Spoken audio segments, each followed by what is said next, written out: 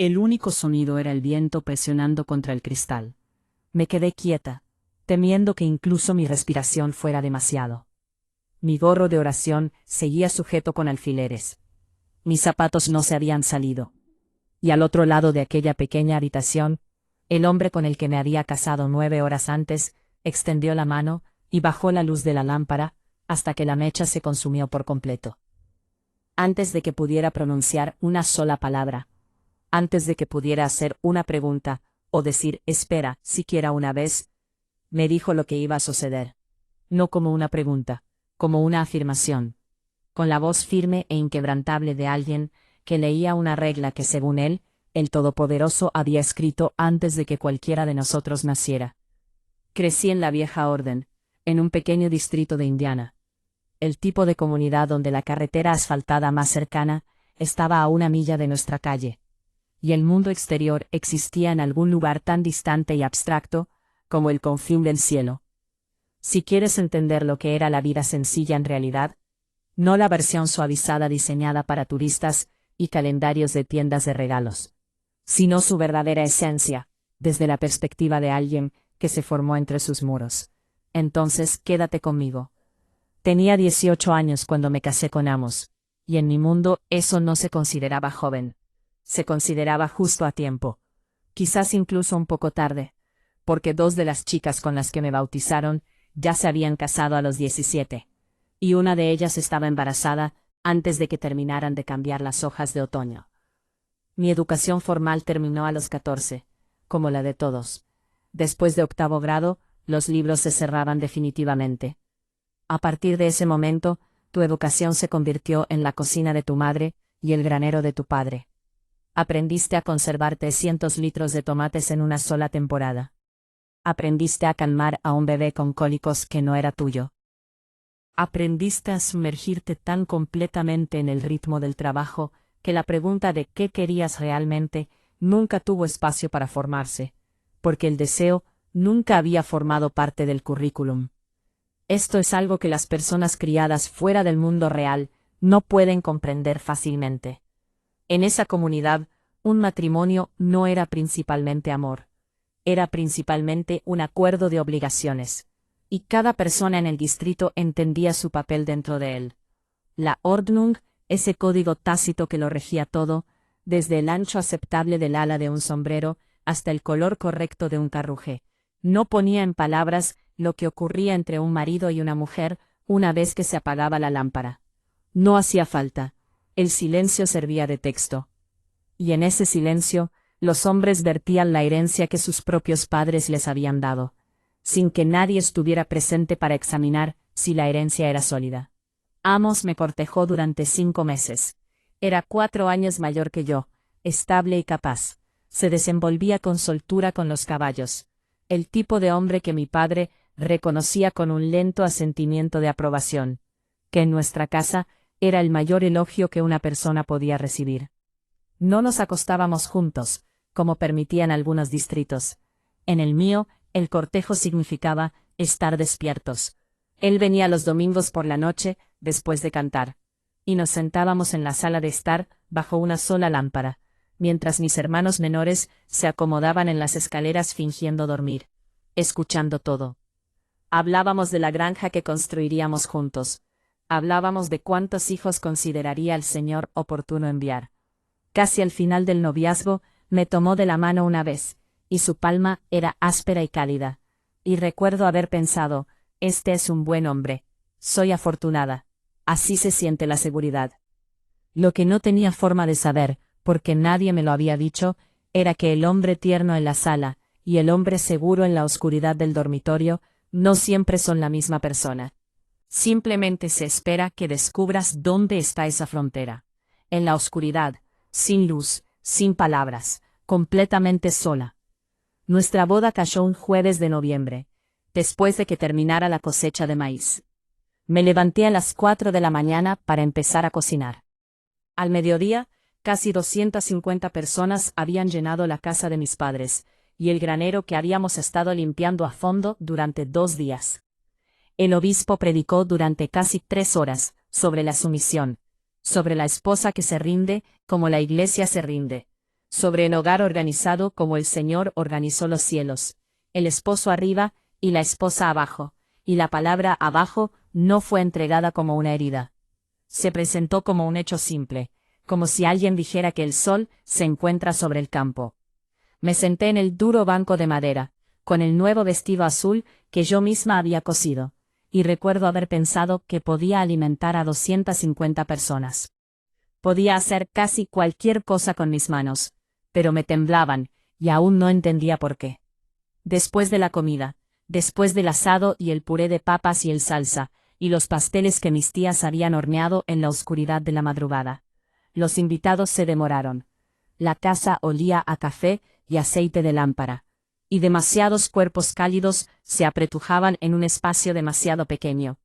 Me dolía la cara de ser observada, y entonces, como siempre suceden estas cosas, en silencio, sin previo aviso, llegó el momento. Subimos las estrechas escaleras hasta la habitación que ahora era nuestra. Permítanme ser honesta con ustedes de una manera en que nadie jamás fue honesto conmigo. No estaba pensando en ternura cuando esa puerta se cerró tras nosotros. Estaba agotada hasta la médula. Mis pies se habían hinchado dentro de mis zapatos, y bajo el cansancio habitaba un miedo tan grande que no podía encontrar sus límites, porque había entrado en esa habitación sin saber nada. Mi madre me había dicho una cosa una vez, la semana anterior a la boda. No me miró cuando lo dijo. Sus manos permanecieron ocupadas en el agua sucia. Dijo, una buena esposa no hace que su marido se lo pida 2 veces. Esa fue toda mi preparación. Ese fue el mapa que me dieron. Una frase dicha de reojo sobre un lavabo, y se esperaba que yo construyera todo un matrimonio a partir de ella. Lo que puedo decirles es esto. Cuando aquella lámpara se apagó, Amos no se me acercó como una pregunta abierta, sino como una conclusión definitiva. Tenía la certeza de lo que se le debía a un esposo, en el momento de intercambiar los votos. Y esa certeza no dejaba espacio para preguntarme nada. Quiero ser cuidadosa aquí, porque sería fácil presentarlo como un villano, y la verdad es más silenciosa y dolorosa. Creía firmemente que estaba haciendo exactamente lo que el Señor, el obispo, y su propio padre le habían enseñado que hace un esposo. A él le habían dado el mismo silencio vacío que a mí. La diferencia era que el silencio le había dicho que se le debía algo. A mí me había dicho que yo era ese algo que se me debía. Yacía allí, en la oscuridad, dentro de un matrimonio de 9 horas, y comprendí, de una manera que aún no encontraba palabras, que acababa de consentir algo que jamás me habían permitido leer. Un contrato con cláusulas en blanco, firmado frente a 250 testigos y un obispo. Y solo ahora, en la oscuridad, se estaban completando las cláusulas. Y a mí, no me habían dado una pluma. Me llevó años llegar a esta comprensión. Lo que sucedió en esa habitación, no fue algo que Amos creó por sí solo. Fue algo que toda la estructura había construido, y luego se negó a nombrar. En mi distrito, se entendía que el cuerpo de la esposa pertenecía al matrimonio después de los votos, y se entendía que el matrimonio era regido por el esposo. Su comodidad no se consideraba un pecado que se pudiera ignorar. Simplemente nunca se había establecido como una categoría para la que nadie tuviera palabras. No se puede pedir lo que no se puede nombrar con palabras. Y a los hombres nunca se les había enseñado a buscarlo, porque a sus padres tampoco se les había enseñado a buscarlo. El silencio no salta a una generación. Nunca lo ha hecho. Yo no era la única que vivía dentro de esto. Quiero que lo entiendas porque durante mucho tiempo creí que lo era. Mi amiga Rebeca se había casado un año antes que yo, con un hombre al que todos describían como amable. Y era amable a la luz del día. Una vez, varios años después, sentada en la parte trasera de un carruaje, donde nadie más podía oírla, me contó que durante los 2 primeros años de su matrimonio, había creído que su sufrimiento silencioso era simplemente el precio de ser una esposa fiel. Había pensado que el dolor que cargaba era una forma de santidad. Había decidido que nombrarlo sería orgullo. Y el orgullo es la transgresión más grave que conocemos. Así que no dijo nada. Ni a su marido, ni a su madre, ni a Dios. Con ninguna palabra que se permitiera articular. 2 años, y lo más difícil, me dijo, no fueron las noches en sí. Fue aprender después que nunca había tenido por qué ser así, y que el silencio le había robado esos años sin razón alguna. Ahí es donde los de fuera malentrentan lo que significa el control en un mundo como el mío. Lo imaginan como una puerta cerrada con llave, una voz alzada, un acto visible. A veces son esas cosas. Pero el control más completo que jamás experimenté nunca fue ruidoso. Era una esposa que no sabía que tenía permitido hablar, casada con un marido que nunca había aprendido que debía preguntar. Ambos seguían fielmente una regla que nunca había sido escrita en ningún lugar, y que jamás se pronunciaría en voz alta. No se puede deshacer una regla que no se puede localizar, ni se puede pedir algo para lo que nunca se aprendió a expresarse. No comparto todo esto para que desprecies el lugar de donde vengo. Necesito que escuches que el mundo sencillo me dio cosas que el mundo exterior no puede ofrecer, y que no siempre comprende. Me dio una comunidad que realmente se presentó con comida, trabajo y presencia en cada nacimiento, en cada construcción de granero, en cada entierro. Me dio una fe que he tenido que desmantelar y reconstruir, pero que nunca he abandonado. Me dio una madre que me amó en el único idioma que conocía, aunque ese idioma no pudiera expresar la frase que más necesitaba escuchar. Hubo noches, después de que poco a poco encontré mi propia voz, en las que Amos y yo nos sentábamos a la mesa de la cocina, después de que los niños se durmieran, y hablábamos de verdad, sobre el miedo, el dinero, y si estábamos haciendo algo bien. Él era capaz de mucho más que aquella primera habitación oscura. Yo también. La tragedia nunca fue que la gente estuviera destrozada. La tragedia fue que el silencio llegó antes que nosotros. Me llevó mucho tiempo y una distancia considerable aprender las palabras que estoy usando contigo ahora. Me fui a finales de mis 20, y el precio llegó rápido y por completo. El rechazo, el ostracismo, las cartas de vuelta sin abrir. La voz de mi madre desapareciendo del otro lado del teléfono. La puerta de mi padre, la que una vez se abrió a 250 invitados a una boda, cerrada tras su propia hija. En terapia, en el exterior, me encontré con palabras que nunca habían existido en mi lengua materna.